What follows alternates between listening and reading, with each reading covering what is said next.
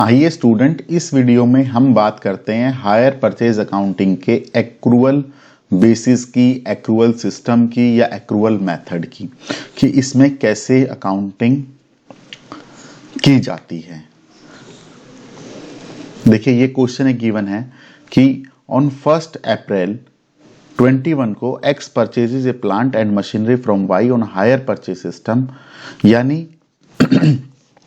X तो हो गया हायरर या सिंपल बोल लीजिए buyer, hirer hire purchaser buyer, और वाई हो गया हायर वेंडर और सेलर।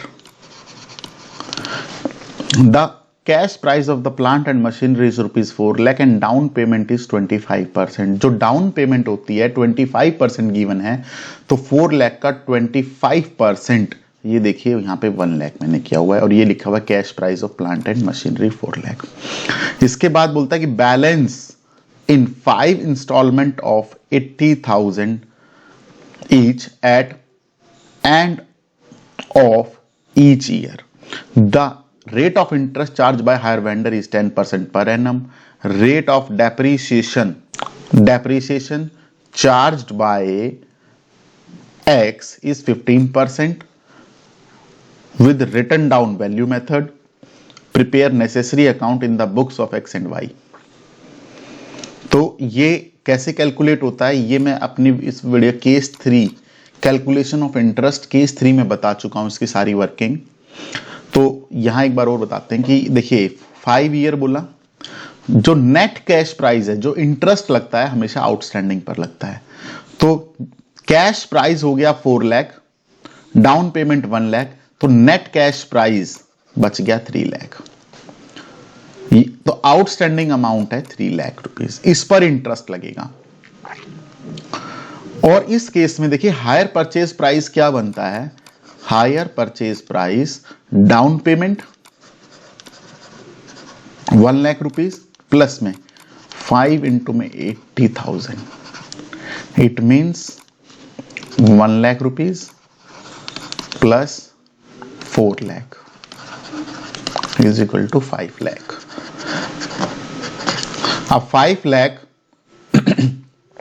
हायर परचेज प्राइस हो गया, कैश प्राइस 4 लाख, इंटरेस्ट यानी अब इंटरेस्ट भी जो टोटल आएगा, देखिए इंटरेस्ट क्या होता है, hire purchase price minus cash price, और हायर परचेज प्राइस जो है वो 5 लाख हमने अभी कैलकुलेट किया, और कैश प्राइस जो है 4 लाख क्वेश्चन में गिवन है। तो इंटरेस्ट हो गया 1 लाख रुपीस। एक बात फर्स्ट, अब देखिए इंटरेस्ट कैसे कैलकुलेट करते हैं कि ईयर 1, पहले इंटरेस्ट कैलकुलेट कीजिए। ईयर 1 में आउटस्टैंडिंग रहा अमाउंट 3 लाख रुपीस, ईयर है 21। अभी ये अकाउंट में भी करेंगे हम, यहां पर 21 में 3 लाख आउटस्टैंडिंग, तो 3 लाख का 10% इसने बोला है कि rate of interest 10% per annum है, तो इंटरेस्ट हो गया 30,000, इंस्टॉलमेंट दी 80,000 की।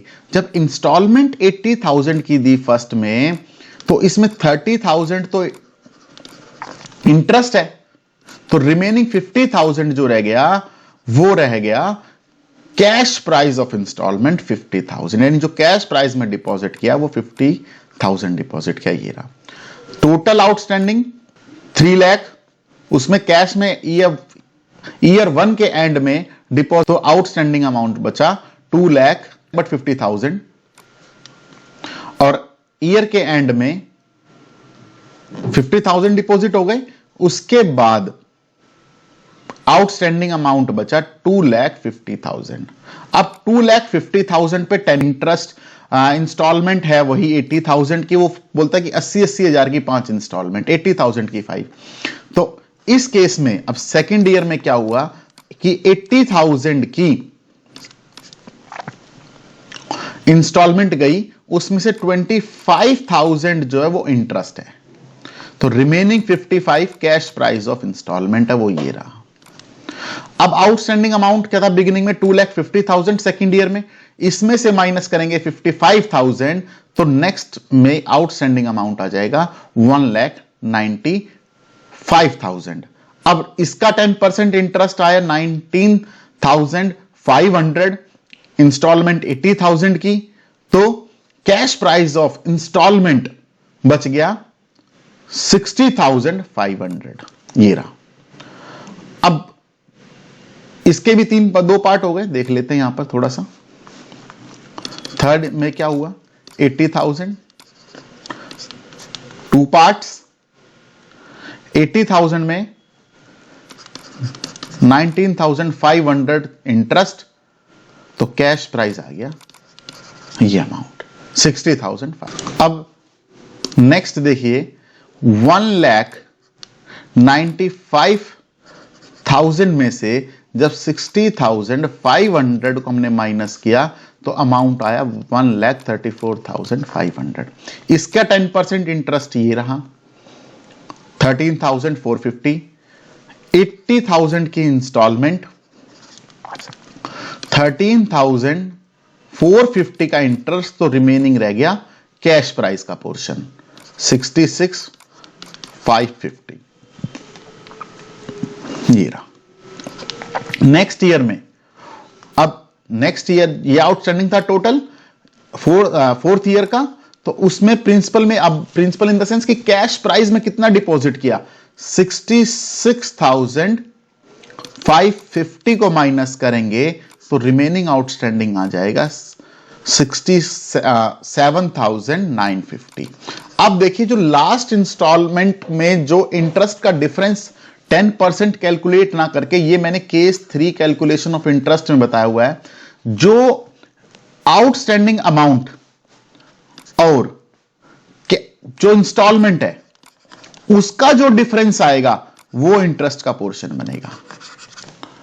यहां पर इन दोनों का 67,950 और 80,000 का डिफरेंस है 12,050 रुपीज। अब 12,050 रुपीज इंटरेस्ट और इंस्टॉलमेंट 80,000 की, तो कैश पोर्शन भी यही बचा 25 में। ये तो थी जो हम वर्किंग नोट में कैलकुलेशन करेंगे। फिर से ध्यान रखिए कि लास्ट ईयर में जो इंटरेस्ट होगा वो आउटस्टैंडिंग अमाउंट और इंस्टॉलमेंट के बीच जो डिफरेंस है वो इंटरेस्ट बनेगा। आइए अब इसको क्वेश्चन में करते हैं कि क्वेश्चन में कैसे रिकॉग्नाइज करते हैं। देखिए, in the books of buyer, in the books of buyer में एक्स का अकाउंट बनेगा। जब X plant and machinery purchase करेगा तो जितने की ये पेमेंट करेगा बायर, उतने से एसेट को रिकॉग्नाइज करेगा और उतने से ही वेंडर को दिखाएगा। देखिए कैसे, जब एक्स ने एसेट परचेज करी तो एंट्री होगी जितने की डाउन पेमेंट की है पहले, यानी डाउन पेमेंट सबसे पहले इसने जो एक्स ने की है वो एंट्री की है कि plant and machinery account debit to hire vendor. Hire vendor से कितने की एसेट ली डाउन पेमेंट की, फर्स्ट डाउन पेमेंट है 25%, ये इट मींस डीपी हमने भी कैलकुलेट की थी बिगिनिंग में 1 लाख रुपीस की। तो देखिए 1 लाख रुपीस से पहले रिकॉग्नाइज करेगा, ये रहा 1 lakh rupees. Higher vendor credit है तो क्रेडिट में 1 लाख रुपीस, और पेमेंट करी जब डाउन पेमेंट की तो एंट्री बनेगी hire vendor account debit to cash, या बैंक क्वेश्चन में जो भी दे रखा हो 1 lakh rupees, 1 lakh rupees. Paid basis पर होता है इसमें एक्रूवल सिस्टम में कि जितना एक कैश प्राइस पेड हो रहा है उतने की एसेट को रिकॉग्नाइज करेगा बायर। ये देखिए यहां पे 1 लाख रुपीस की पेमेंट, और ऐसे ही इतने ही अमाउंट से 1 ही लाख रुपए से वो मशीनरी अकाउंट में भी करेगा। ये रहा 1 लाख रुपीस। बायर जो है, in the books of buyer की बात कर रहे हैं, बायर। नेक्स्ट में देखिए कि जब बायर ने फर्स्ट इंस्टॉलमेंट पे कर दी, उससे पहले, पे करने से पहले वो ड्यू की एंट्री होगी। जैसे ड्यू की एंट्री क्या होगी कि plant and machinery account debit, plant and machinery account debit, interest account debit to hire vendor. Plant and machinery का कैश प्राइस जो 50,000 कैश प्राइस हम पे करके आए हैं फर्स्ट इंस्टॉलमेंट में, फर्स्ट ईयर में, वो 50,000 है और इंटरेस्ट है 30,000। टोटल हायर वेंडर को पेमेंट हो गई 80,000 की। तो देखिए हायर वेंडर में के अकाउंट में क्रेडिट हुआ hire vendor, plant and machinery 50,000, interest 30,000 और total payment hire vendor account debit to cash या बैंक, जो भी क्वेश्चन में रखा हो 80,000। उसके बाद ये टोटल हो गया। इसमें सीडीबीडी नहीं होता है, जितने से पेमेंट हो रही है उतने से रिकॉग्नाइज होगा। अब नेक्स्ट ईयर के अब टोटल जो आउटस्टैंडिंग अमाउंट बचा था, देखिए सेकेंड ईयर के बिगिनिंग में बचा था 2.5 लाख रुपया, 2,50,000, तो इसका इंटरेस्ट आएगा।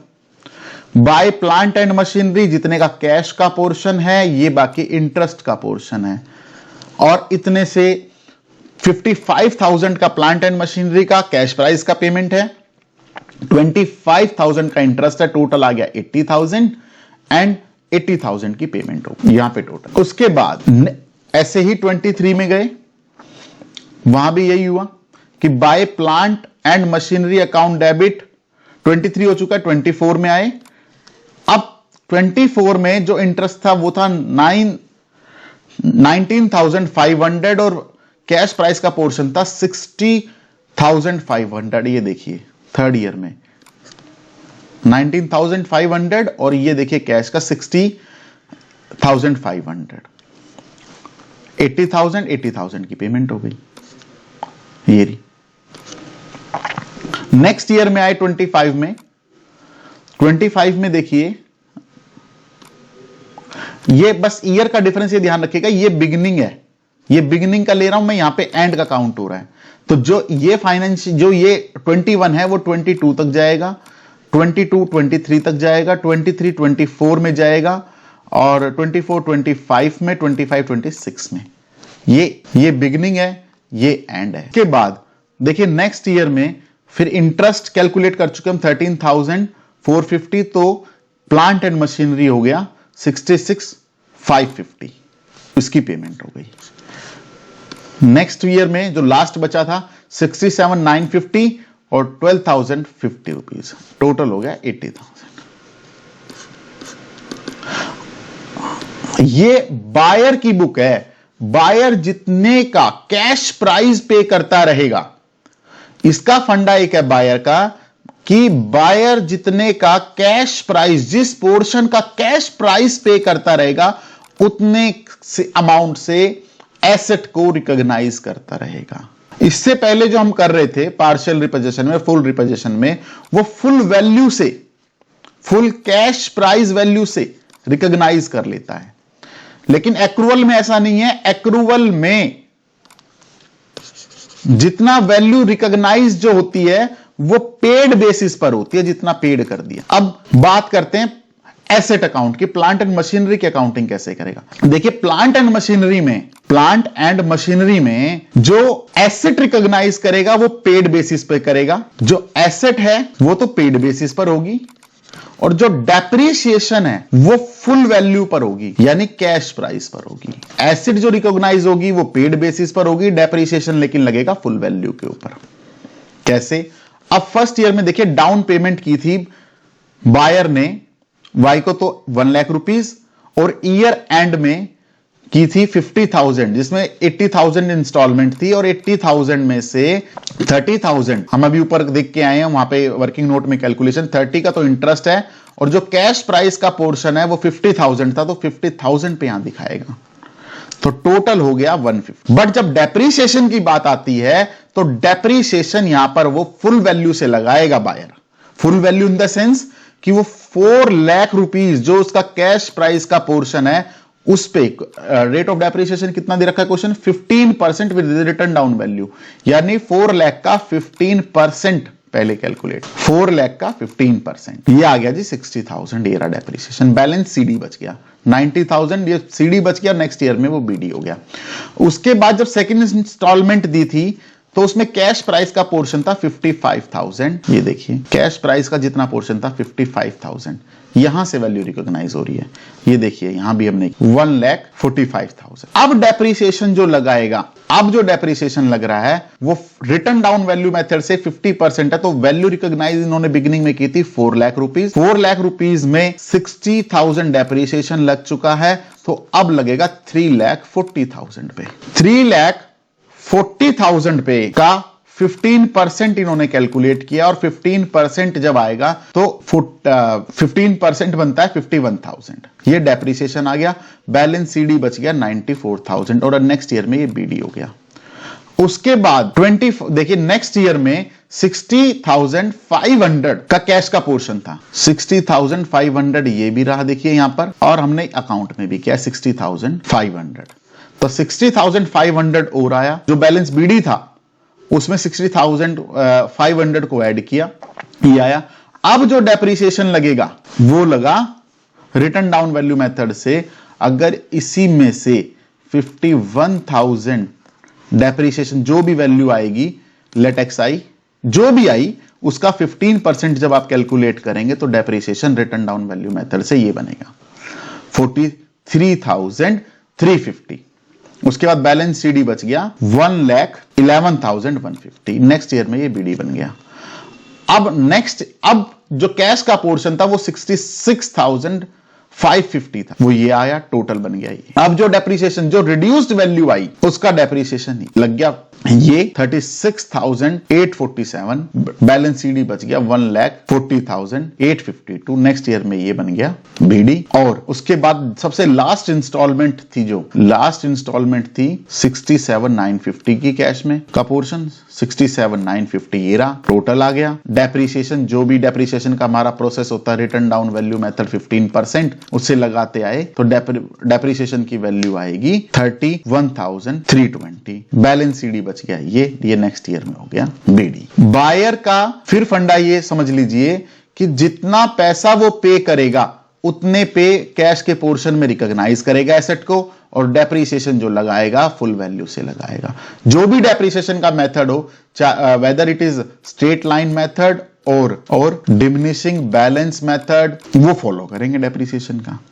अब वेंडर की बुक में कोई चेंज नहीं होता, जो पार्शियल रिपोजेशन या फुल रिपोजेशन में मैंने बताया है वो एज इट इज बनती हैं, इनमें कोई इशू नहीं है, कोई किसी तरह का चेंजेस नहीं। फुल वैल्यू से अपने यहां रिकॉग्नाइज करता है। In the books of seller यानी हायर वेंडर की, वो बायर का अकाउंट कैसे बनाएगा? जब बायर ने परचेज करी मशीनरी वेंडर से, तो वेंडर अपने यहां क्या एंट्री करेगा? वेंडर एंट्री करेगा X account debit to plant and machinery, full value से करेगा ये 4 लाख रुपीस, जो ये रही 1 अप्रैल 21 को।